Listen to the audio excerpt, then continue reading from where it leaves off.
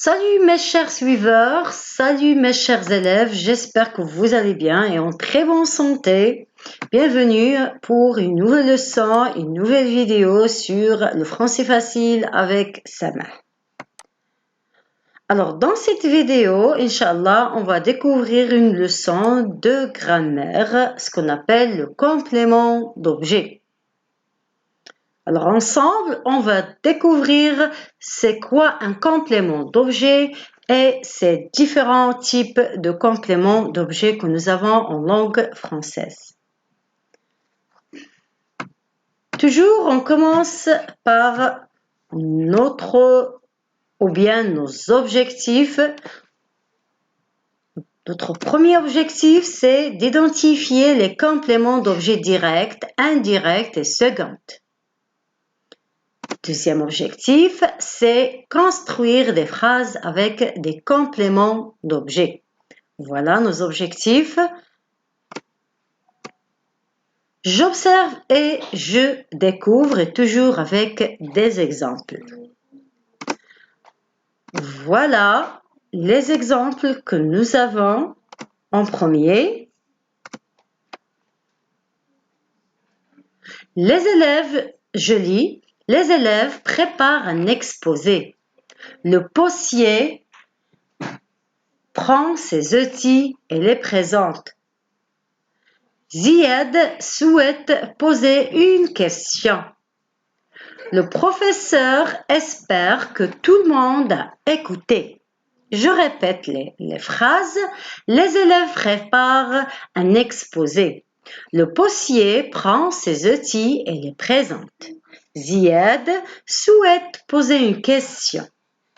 Le professeur espère que tout le monde a écouté. Très bien. Alors, ce que je veux vous demander, mes chers, c'est d'essayer de supprimer les groupes de mots qui sont en blanc. D'accord? Les élèves préparent. Le postier prend ses outils et présente. Ziad souhaite poser. Ou bien Ziad souhaite. Le professeur espère. Alors, mes chers élèves, est-ce que vous pouvez déplacer ou bien supprimer ces mots-là? Est-ce que la phrase garde son sens si vous supprimez ou bien si tu supprimes ou tu déplaces les mots en gras de leur place? Allez, on va découvrir ensemble phrase par phrase. Les élèves préparent un exposé. Alors, est-ce qu'on peut dire les élèves préparent et on arrête? Non, c'est pas possible.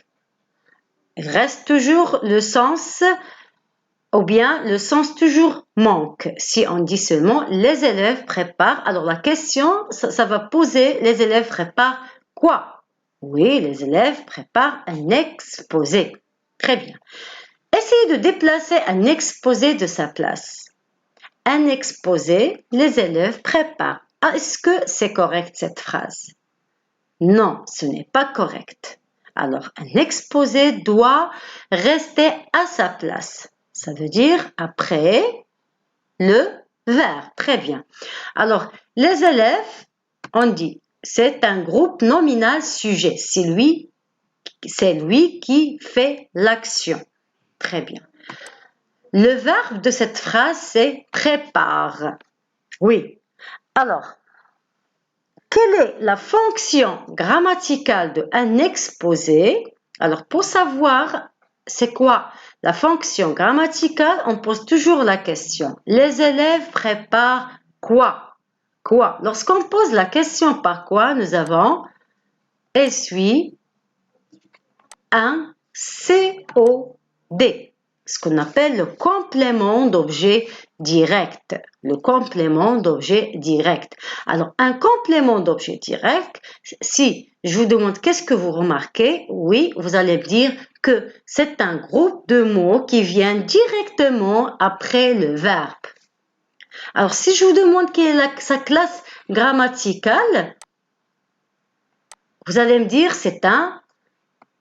Alors, il se compose d'un déterminant et d'un nom, et ce qu'on appelle, c'est un groupe nominal.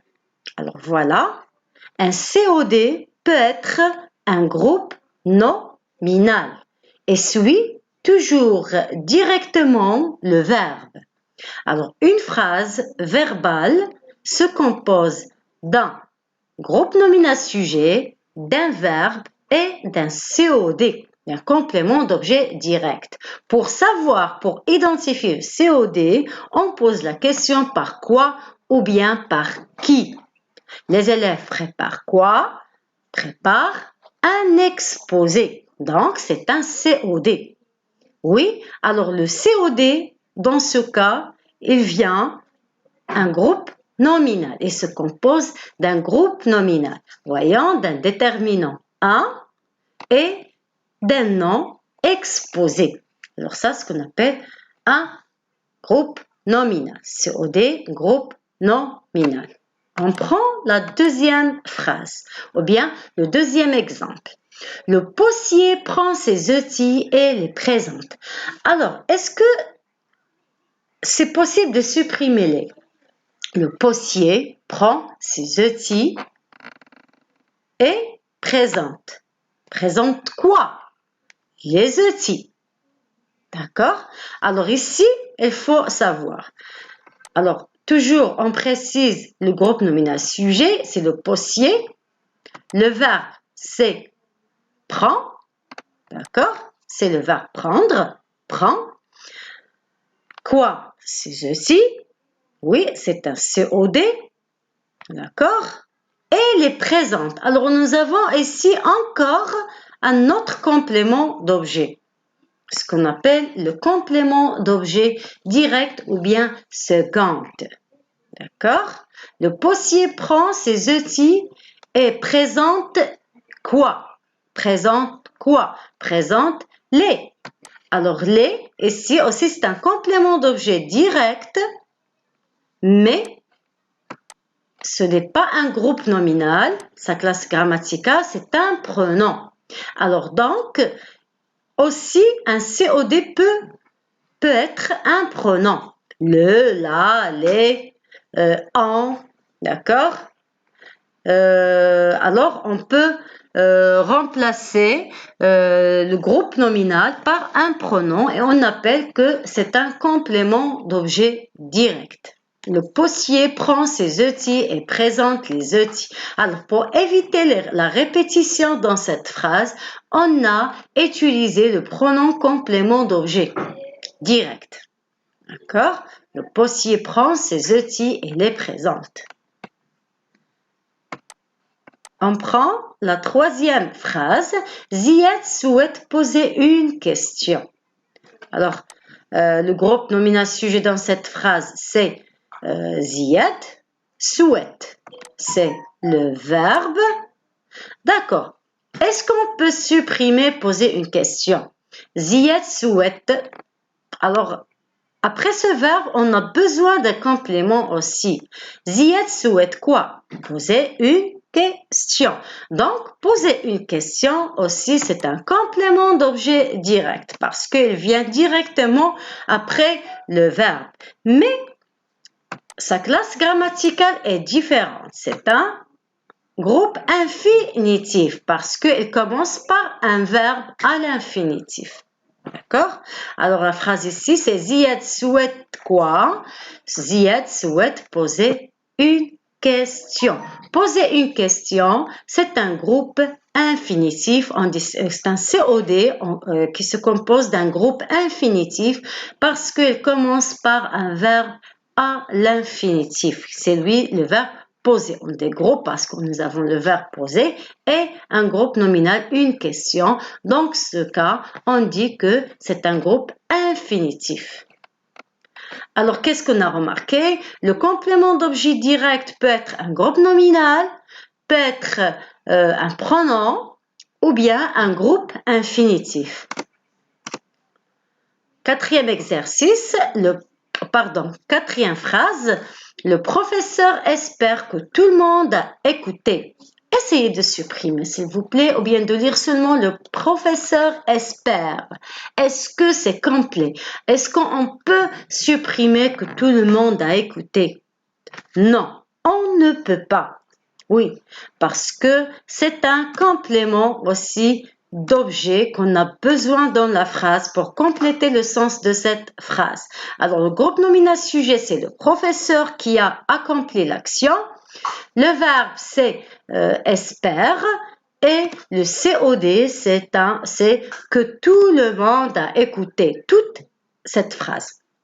Alors, je vous demande de me dire, est-ce que c'est la même classe grammaticale? On a vu le COD groupe nominal. Est-ce que ça, c'est un groupe nominal? Non. Est-ce que c'est un groupe infinitif? Non. Est-ce que c'est un pronom? Non. Mais celui-là appartient à la classe grammaticale, c'est la proposition subordonnée. C'est une proposition subordonnée parce qu'elle commence par que. Donc, je résume.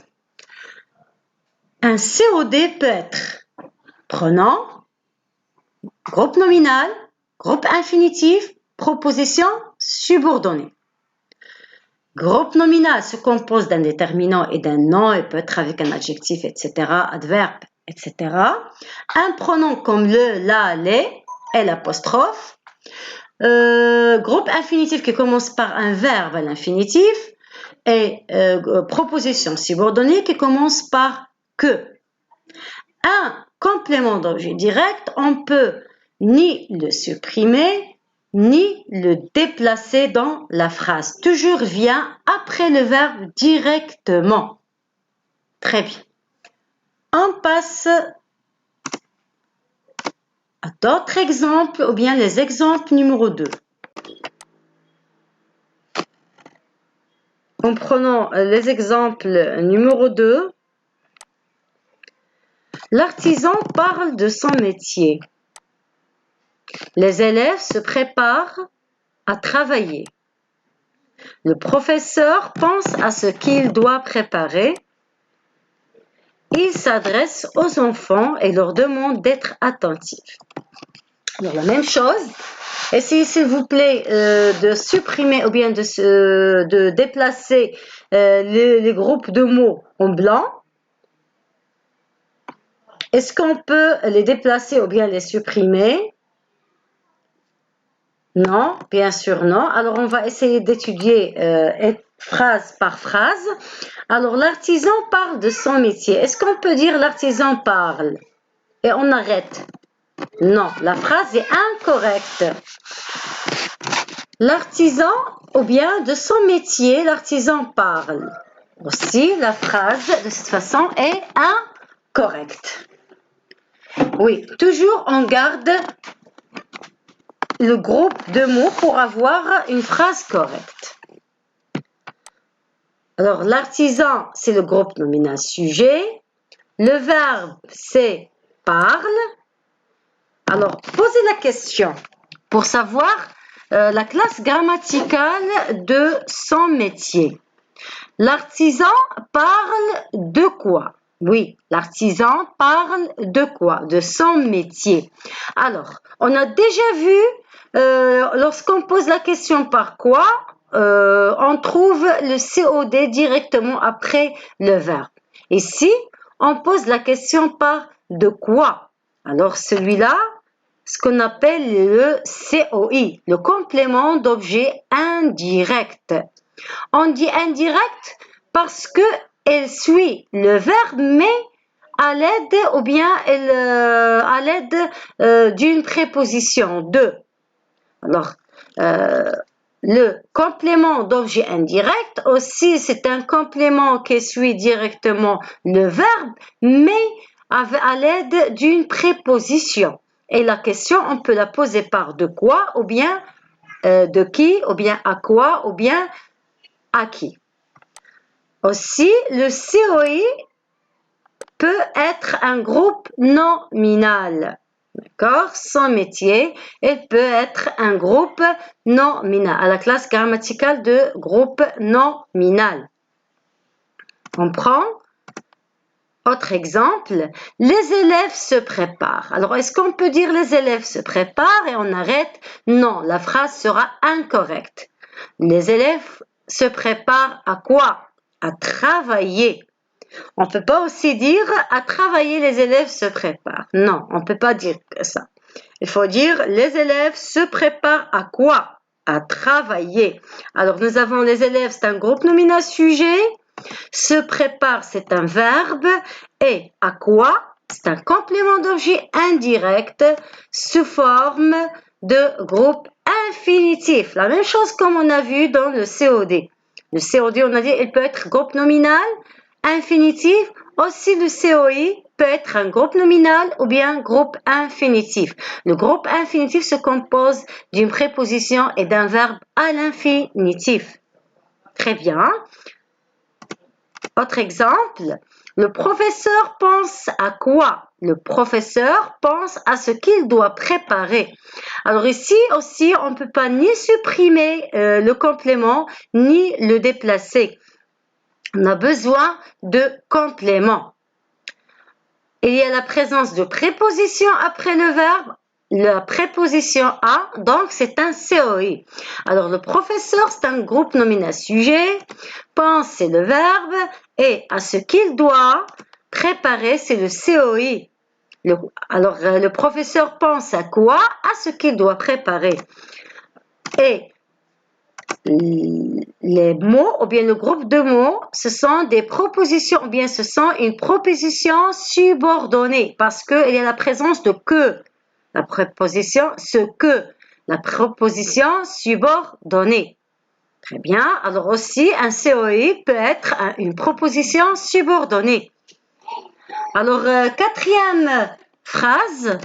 Bien, quatrième exemple, il s'adresse aux enfants et leur demande d'être attentifs. Alors, ici, le groupe nominal sujet, c'est le il, c'est un pronom personnel. Le verbe, c'est s'adresse. Très bien. Mais ici, si on pose la question, il s'adresse à qui? Il s'adresse aux enfants. Il s'adresse à qui? Il s'adresse aux enfants. Aux enfants, ici, c'est un groupe, c'est un groupe de noms, mais c'est un complément d'objet indirect aux enfants. Et regardez s'il vous plaît le mot en blanc, leur. Alors, on va poser la question. Elle s'adresse aux enfants et leur demande d'être attentifs.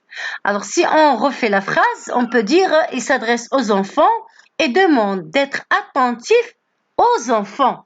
Alors, c'est le même cas de la phrase qu'on a vue au début de complément d'objet direct. Nous avons la présence de pronoms. La présence de pronoms. Pour éviter la répétition dans la phrase, au lieu de dire il s'adresse aux enfants et demande aux enfants d'être attentifs, alors on choisit de mettre un pronom qui va remplacer la répétition. Donc, lorsque nous avons déjà un COI et la présence d'un autre COI, on l'appelle que c'est un COS, c'est un complément d'objet second. Alors, le complément d'objet second vient après un COI. Aussi, normalement, c'est un complément d'objet indirect, mais il vient deuxièmement, il est second, après la présence d'un autre complément.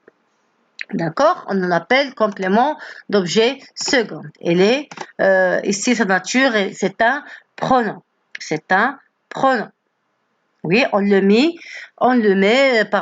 pour éviter la répétition dans la phrase. Alors, je répète, le complément d'objet indirect suit le verbe à l'aide d'une préposition. On peut poser la question par à qui, à quoi, de qui, de quoi. Elle peut être un pronom, peut être un groupe nominal, aussi une proposition subordonnée ou bien groupe infinitif aussi. Très bien, la même chose que le COD. Je retiens le COD, le COI, ça veut dire le complément d'objet direct, complément d'objet d'objet indirect. Le complément d'objet direct, il fait partie du groupe verbal. Alors, ces compléments, ou bien ces deux compléments, font partie du groupe verbal. Le COD désigne l'objet de l'action. Il suit généralement directement le verbe qu'il complète. Il n'y a pas de préposition. Le complément d'objet direct répond aux questions qui, où, quoi. On ne peut pas le supprimer dans la phrase. Par exemple, la phrase « Il lance le ballon ». Alors, c'est une phrase incorrecte.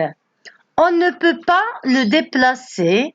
Aussi, par exemple, le ballon, il lance. Alors aussi, c'est une phrase incorrecte. Aussi, j'ai dit, ou bien je répète, que le complément d'objet direct peut être un groupe nominal, groupe infinitif, proposition subordonnée et un pronom.